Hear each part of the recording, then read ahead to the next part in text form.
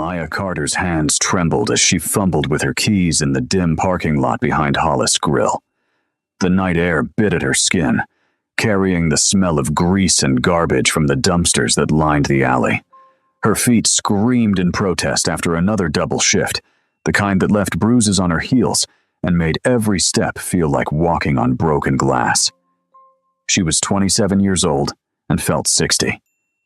The crying started just as she reached her car. At first, she thought it was a cat. The sound was high and desperate, echoing off the brick walls of the closed pharmacy across the street. Maya paused, key halfway to the lock, and listened. No, not a cat. A child. Please, no, she whispered to herself, pressing her forehead against the cold metal of her car door. She had $40 left until Friday. Her electricity bill was overdue. The last thing she needed was to get involved in someone else's crisis. But the crying continued, broken and terrified, and Maya felt something inside her chest crack open. She found him tucked between a dumpster and a stack of collapsed cardboard boxes, small and shaking in the darkness. He couldn't have been older than 6, with black hair that fell into his eyes and a toy car clutched so tightly in his hands that his knuckles had gone white. When her shadow fell across him, he flinched violently, pressing himself harder against the wall. "Hey," Maya said softly, crouching down to his level. Her knees protested. "Hey, sweetheart, are you okay?" The boy stared at her with eyes too old for his face. "Don't call them," he said. His voice was hoarse from crying. "Please don't call them." "Call who?" "The police. They'll take me back, and he'll be angry again." Maya's stomach tightened. She recognized that fear. She'd worn it herself once, a lifetime ago. "I'm not calling anyone yet," she said. "But you can't stay here. It's not safe. Where are your parents?" "My mom is gone." The words came out flat, practiced. "My dad doesn't know I left." "What's your name?" "Eli." He looked down at the toy car in his hands. "Eli Kwan." The name meant nothing to Maya. She glanced around the empty alley, weighing her options. Every instinct screamed at her to walk away, to call social services and let them handle it. But Eli was looking at her now, with something like hope, breaking through his terror, and Maya knew she was already lost. "Are you hungry?" she asked. Eli nodded. "Come on then. There's a diner 2 blocks from here. We'll get you something to eat and figure this out." The boy hesitated for a long moment before slowly uncurling himself from his hiding place. He was wearing expensive clothes, Maya noticed. Dark jeans without a single worn spot, sneakers that probably cost more than her rent. But they were dirty now, streaked with grime from the alley. They walked to the 24-hour diner in silence. Eli kept his distance, always staying just out of reach, like a stray dog that wanted food, but didn't trust hands. Maya ordered him pancakes and scrambled eggs, and watched him devour them with the single-minded focus of genuine hunger. "When did you last eat?" she asked. "Breakfast. Mrs. Chen made oatmeal, but I didn't like it. So I only had a little." "Who's Mrs. Chen?" "She cooks for us, and cleans. She's nice, but she's scared of my dad." Maya wrapped her hands around her coffee mug, feeling the warmth seep into her cold fingers. "Why did you run away, Eli?" The boy's fork paused halfway to his mouth. For a moment, she thought he wouldn't answer. Then quietly, "I heard him yelling on the phone, about getting rid of problems, about making sure no one found out. And I got scared because sometimes, when people are problems, they disappear." The hair on the back of Maya's neck stood up. "Your dad said that." "He says lots of things. He doesn't know I listen." Eli put down his fork and looked at her directly. "Will you take me back to the police?" "I don't know yet," Maya said honestly. "But I won't leave you alone. That's a promise." The decision to take him home was insane. Maya knew it even as she buckled him into the passenger seat of her ancient Honda Civic, even as she drove through the empty streets toward her cramped studio apartment in the cheapest part of Riverside City. She should have called someone, anyone. But Eli's terror at the mention of police had been too real, and Maya had learned long ago that sometimes the systems meant to protect children failed spectacularly.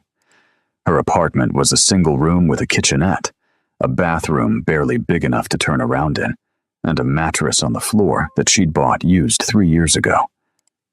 Eli looked around with wide eyes, taking in the water stains on the ceiling and the space heater in the corner that only worked on its highest setting. "You can sleep on the bed," Maya said, pulling out the spare blanket from her closet. "I'll take the floor." "You don't have to do that." "I'm not letting a 6-year-old sleep on the floor." "I'm almost 7. Eli sat down on the edge of the mattress, still clutching his toy car. "My birthday is in 23 days. Maya smiled despite herself. "Almost 7 then. Do you want to tell me about your house, so I can take you back in the morning?" The boy's face shuddered. "It's big, really big, with gates and guards.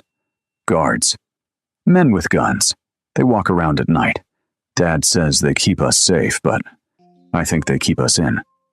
Maya's unease deepened into genuine fear. What kind of family had armed guards? "What does your dad do, Eli?" "Business." The word came out automatic, rehearsed. "He does business with important people. He's always in meetings or on the phone. He gets angry a lot since Mom died." "I'm sorry about your mom." Eli shrugged, but his eyes were bright with unshed tears. "She was nice. She used to read to me every night. Now nobody does." Maya sat down beside him on the mattress, keeping a respectful distance. "What's your favorite story?" "Where the wild things are." "I loved that one when I was your age." They talked for another hour, Maya slowly drawing out details about Eli's life in careful increments. A mansion in North Crest Heights. A father who worked late and came home smelling like cigarettes and anger. A mother who had died in a car accident 8 months ago. Tutors and drivers and housekeepers. But no friends. No birthday parties. No normal childhood at all. When Eli finally fell asleep, still holding his toy car, Maya sat by the window and stared out at the city lights. She didn't know who his father was. If she had, she might have run. The morning came too quickly. Maya woke to find Eli already awake, sitting cross-legged on the mattress and watching her with those 2 old eyes. "Are you taking me home now?" he asked. "If you show me where it is." "Okay." He climbed off the bed and walked to her kitchenette, where he'd apparently helped himself to a box of cereal. "Can we go the long way? I want to see the park." They drove through Riverside City as the sun climbed higher, Eli pressing his face against the window and calling out landmarks. The park, where his mother used to take him. The library she'd loved. The ice cream shop they'd visited every Sunday before the accident. "Turn here," he said suddenly, as they approached the eastern edge of the city. "North Crest Heights is up that hill." Maya's stomach dropped. North Crest Heights wasn't just expensive, it was fortress territory, where tech moguls and old money lived behind walls and security systems that cost more than most people earned in a year. She'd never been inside the gates. The entrance was guarded by 2 men in dark suits. They stiffened as Maya's car approached, hands moving to their hips in a gesture that made her blood run cold. One of them stepped forward, palm raised. Maya rolled down her window. "I'm returning Eli Kwan. He got lost last night." The guard's eyes widened. He pulled out a radio and spoke rapidly in Korean. Within seconds, 3 more men appeared, surrounding the car. One of them opened Eli's door and looked inside. "Young master," he said, relief evident in his voice. "Your father has been looking everywhere." Eli unbuckled his seatbelt but didn't move. "Is he angry?" "Very." The guard glanced at Maya with an expression she couldn't read. "Ma'am, you need to come with us. Mr. Kwan will want to speak with you." "I was just bringing him home," Maya said, fear making her voice tight. I found him last night, and he was scared, so I waited until morning. Nevertheless, you need to come with us. They drove in convoy up the winding road to a mansion that made Maya's breath catch. It was more compound than house, sprawling across manicured grounds with fountains and gardens, and enough square footage to house 20 families. The gates were steel and 12 feet high. The windows were tinted. Everything about it screamed money and danger in equal measure. Maya was escorted inside with Eli walking, silently beside her, his small hand gripping her sleeve. The interior was even more intimidating than the exterior. Marble floors, modern art that probably cost 6 figures. Furniture that looked too expensive to sit on. And everywhere, men in dark suits, watching with cold eyes. They were led to a study lined with bookshelves and dominated by a massive desk. Behind it sat a man who made Maya's heart stop.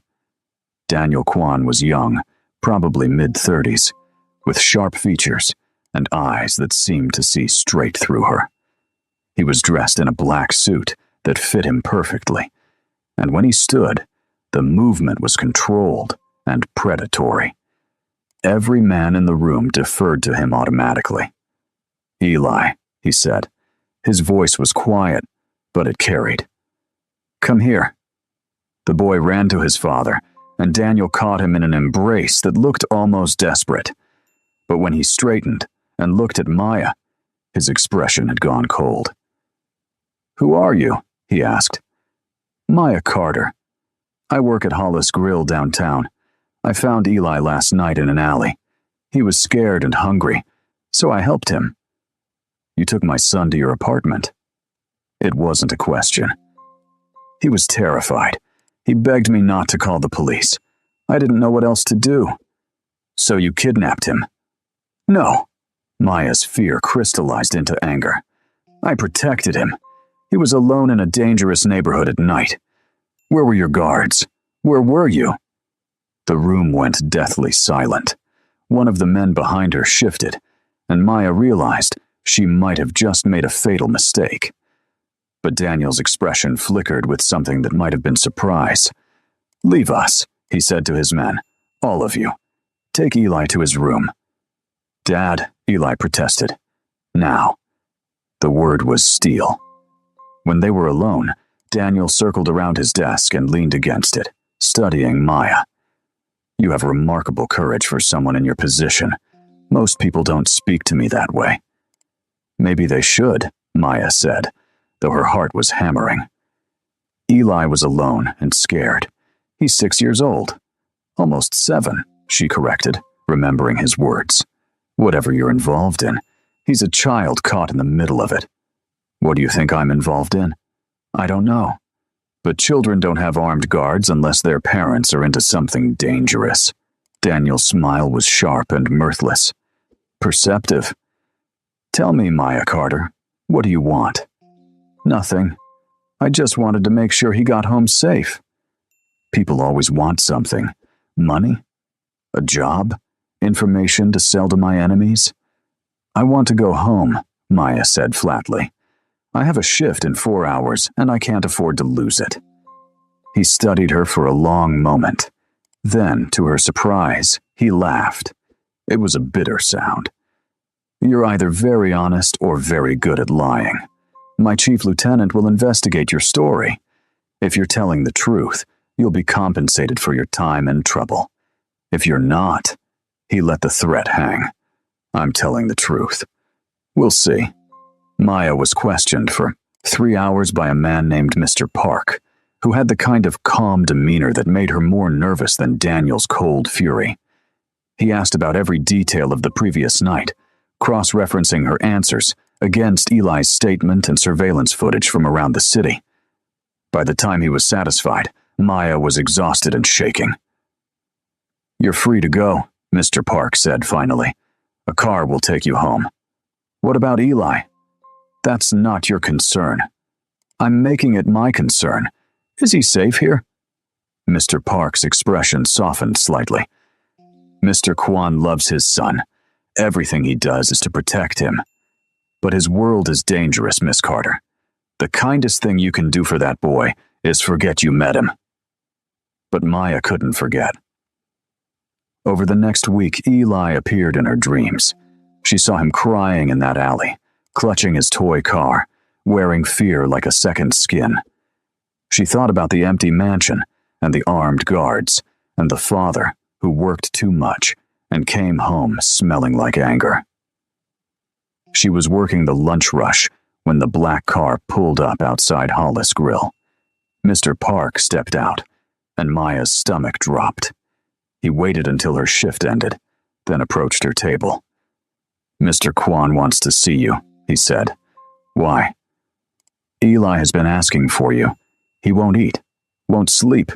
He keeps asking when Miss Maya is coming back." "I'm not coming back. Your boss made it clear I wasn't welcome. Mr. Kwan is reconsidering. He's offering you a job." "What kind of job?" "Companion for Eli. Someone to spend time with him, read to him, take him to the park, be the mother figure he's missing." Maya stared at him. "You want me to work for a crime lord?" Mr. Park didn't deny it. "I want you to help a grieving child. The salary is $50,000 a year plus housing if you want it. You'd work 4 days a week, 8 hours a day. Eli would be supervised at all times, and you'd never be asked to involve yourself in Mr. Kwan's business." "That's insane." "That's generous. Most people don't get second chances in our world, Miss Carter. Eli saw something in you. Mr. Kwan respects that, even if he doesn't understand it."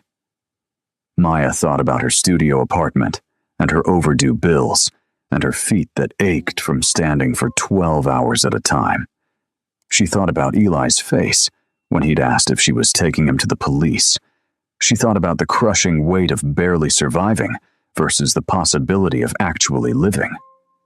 4 days a week, she said, and I don't want to know anything about his business. Agreed. The next afternoon, Maya walked back through those steel gates into a world that terrified her.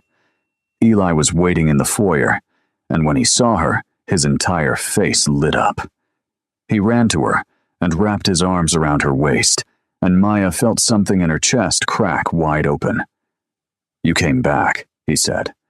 "I promised I wouldn't leave you alone." Over the following weeks, Maya learned to navigate the strange ecosystem of the Kwan mansion. She learned which guards were friendly and which ones watched her with suspicion. She learned that Mrs. Chen, the housekeeper, had been with the family for 12 years and loved Eli like her own grandson. She learned that Daniel Kwan worked 18-hour days and came home exhausted, that he never raised his voice to his son, but rarely smiled at him either. And she learned that Eli was desperately lonely. They spent hours in the mansion's library, reading every book on the shelves. They played in the massive backyard under the watchful eyes of security. They baked cookies in the industrial kitchen and built elaborate towers with blocks in the empty living room. Eli laughed more, ate better, started sleeping through the night. Daniel watched from a distance, appearing in doorways and hallways like a ghost. Sometimes Maya would feel his eyes on her and look up to find him standing at the top of the stairs, expression unreadable. He never joined them, never interrupted. But he was always there, orbiting his son like a satellite. One evening, 6 weeks into her employment, Daniel knocked on the library door, where Maya was reading to Eli. "It's bedtime," he said. 5 more pages, Eli pleaded. "Now, Eli." The boy's face fell, but he obediently kissed Maya's cheek and left. Daniel lingered in the doorway.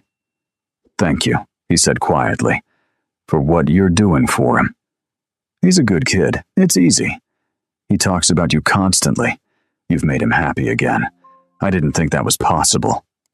Maya closed the book and stood. He's been grieving. He needed someone to see him, not just protect him. "And what about me?" The question came out raw. "Do you see me too?" Maya met his eyes. In the soft lamplight, Daniel looked younger, tired, more human than monster. I see a man who loves his son but doesn't know how to show it. I see someone who built walls so high that even his own child can't reach him.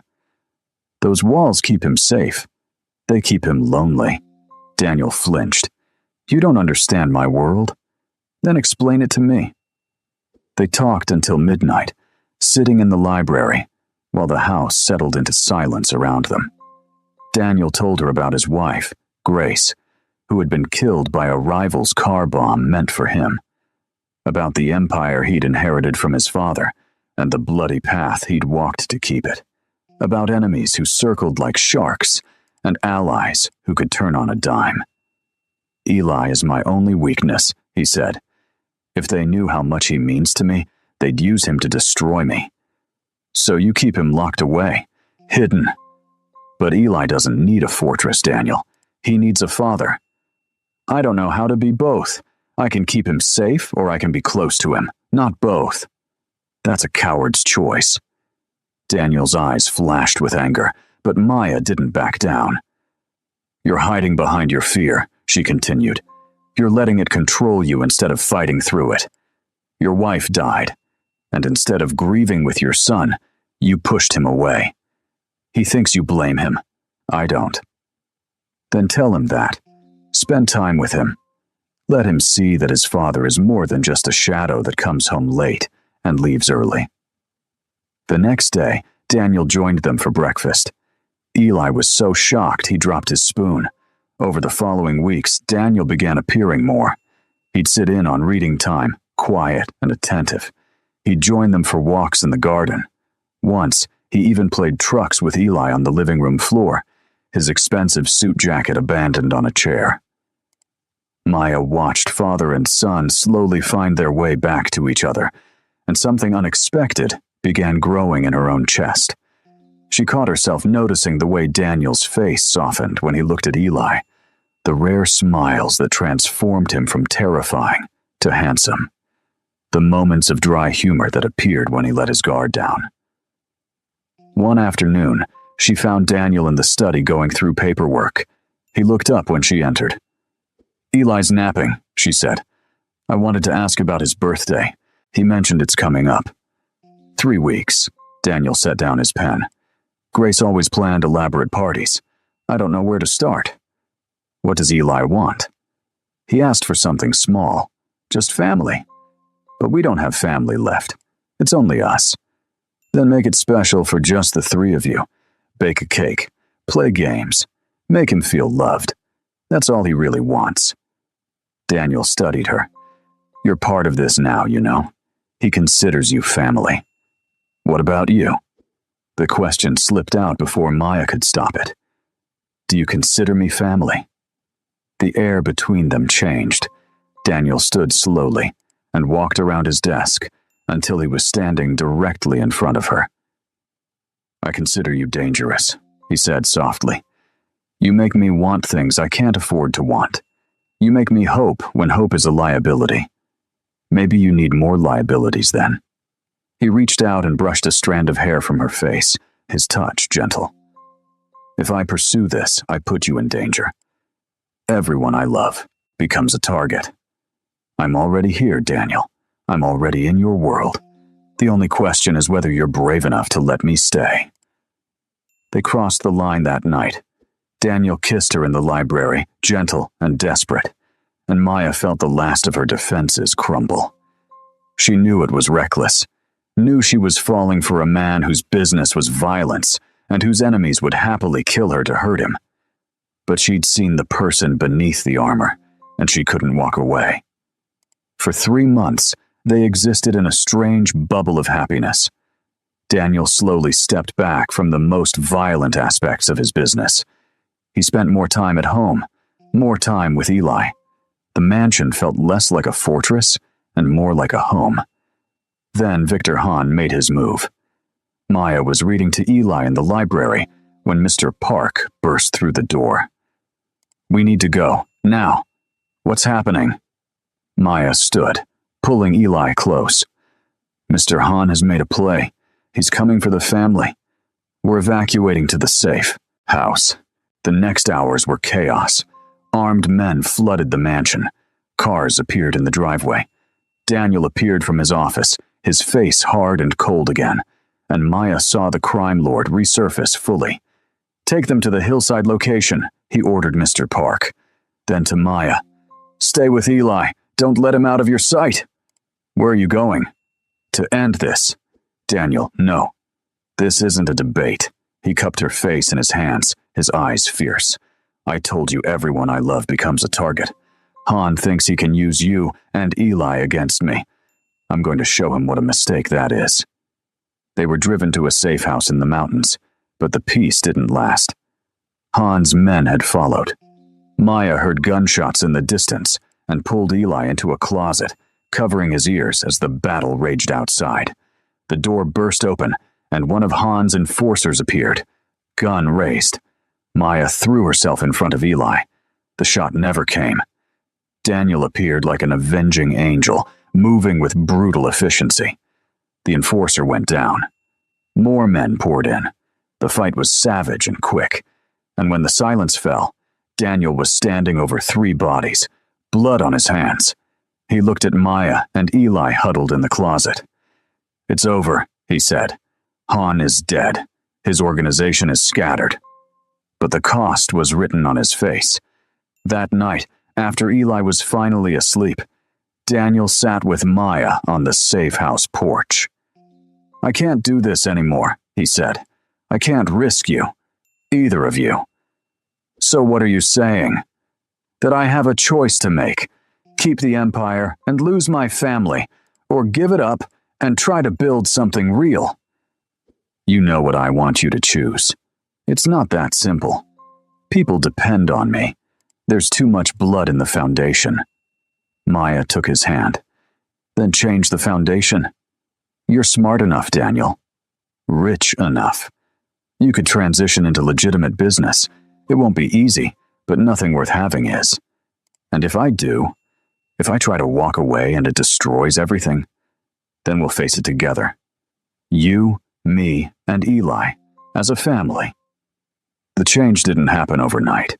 It took 18 months of careful planning, of selling off illegal operations and investing in legal ventures, of cutting ties with dangerous allies and building new networks. There were setbacks, threats, moments when Maya wondered if they'd made a terrible mistake. But slowly, painfully, Daniel Kwan transformed himself from crime lord to businessman. He bought a tech company, invested in real estate, opened community centers in underserved neighborhoods. He would never be completely clean, could never erase the blood he'd spilled, but he could choose differently going forward. And through it all, Maya and Eli were there. They got married in a small ceremony in the mansion garden, with Eli as the ring bearer and Mrs. Chen crying in the front row. Maya moved into the mansion permanently, transforming it from a fortress into a real home. She started a community kitchen downtown with Daniel's funding, providing meals for people like her former self who were barely surviving. Eli flourished. He started at a real school, made friends, played soccer, laughed freely and often. On his 8th birthday, he blew out his candles and wished for nothing because he already had everything he needed. Maya stood in the kitchen of her community center, watching volunteers serve food to a line of tired, hungry people. Daniel appeared beside her, Eli on his shoulders, and wrapped an arm around her waist. "Thank you," he said. "For what?" "For stopping that night, for not walking away, for believing I could be more than what I was." Maya smiled and kissed him. "I didn't save a crime lord," she said. "I saved a child, and in doing that, I found my family." Eli tugged on his father's hair. "Can we get ice cream?" "Absolutely," Daniel said, "but only if Miss Maya comes too." "Always," Maya said. They walked out into the afternoon sunshine, 3 people who had found each other in the darkness and chosen to build something beautiful together. The road hadn't been easy. The dangers hadn't disappeared completely, but they had something stronger than any fortress or guard. They had each other. And sometimes, Maya thought as Eli grabbed her hand and Daniel smiled down at them both, sometimes kindness didn't get you killed. Sometimes it saved you in ways you never expected. Sometimes it brought you home. If this story moved you, if Maya and Eli's journey touched your heart, hit that subscribe button and join our community. Drop a comment below telling us what you thought about Daniel's transformation from crime lord to family man. And don't forget to like this video to help others discover this story. Your support means everything and helps us bring you more powerful narratives like this one. Until next time, remember that sometimes the bravest thing we can do is choose compassion, even when it scares us.